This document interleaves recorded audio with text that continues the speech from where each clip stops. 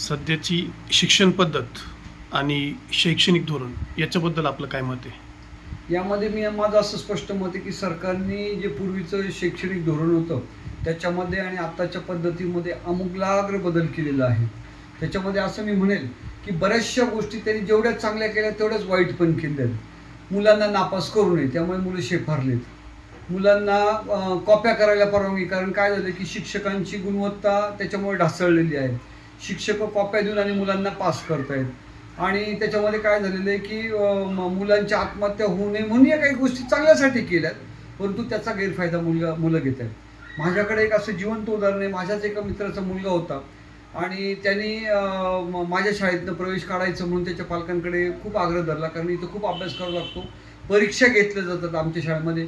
आणि परीक्षेचं धोरण सगळ्यात वाईट आहे की परीक्षा घेऊ नये आणि त्यांना पुढे ढकलण्यात येतं. हे सगळ्यात वाईट धोरण आहे, जे की माझ्या शाळेमध्ये मी अजिबात ते धोरण अवलंबलेलं नाही आहे. मी परीक्षा घेतो आणि म्हणून त्या मुलाने त्याच्या पालकांकडे सांगितलं की मला अमुक अमुक शाळेमध्ये जायचं. मी नाव नाही घेते या ठिकाणी, परंतु त्या शाळेमध्ये मला जायचं आहे आणि माझे मित्र सगळे त्या ठिकाणी आहेत.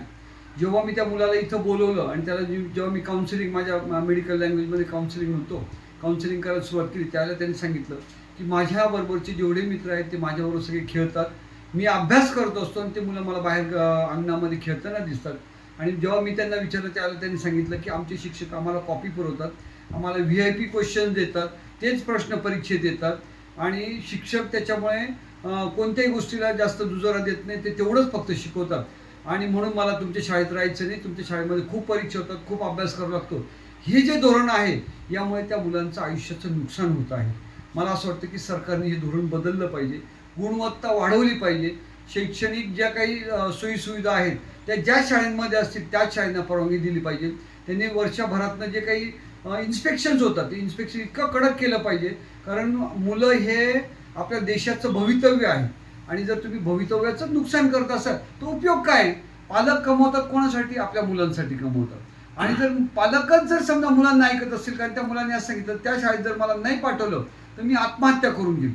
म्हणजे हे जे ब्लॅकमेलिंगचे प्रकार चाललेले आहेत, मुलांनी पालकांना ब्लॅकमेलिंग करणं आणि पालकांनी मुलांचं सगळ्या काही गोष्टी ऐकणं, यामध्ये ते स्वतःच्या मुलांचंही नुकसान करतायत, आयुष्याचं नुकसान करतायत. आणि सगळ्यात महत्त्वाचं म्हणजे याला मी जबाबदार जर धरेन ते सरकारच्या धोरणांना मी जबाबदार धरेन. कारण शिक्षकांचं जे पाहिजे तशी गुणवत्ता राहिलेली नाही आहे.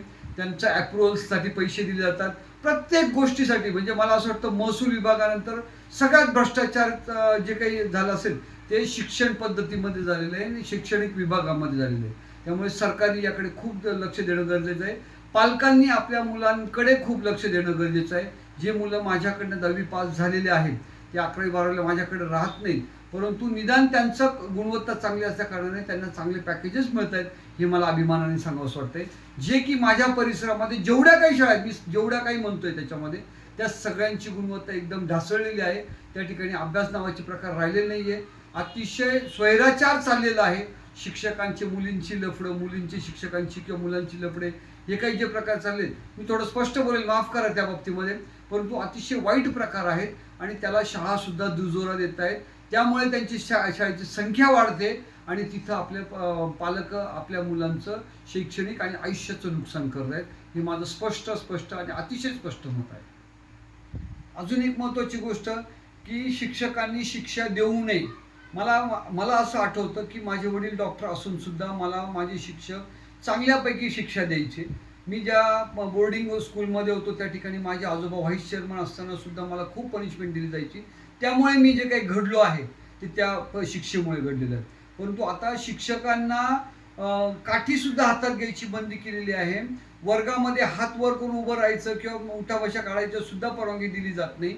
याला 100% पालक जबाबदार आहे आणि शासन जबाबदार आहे.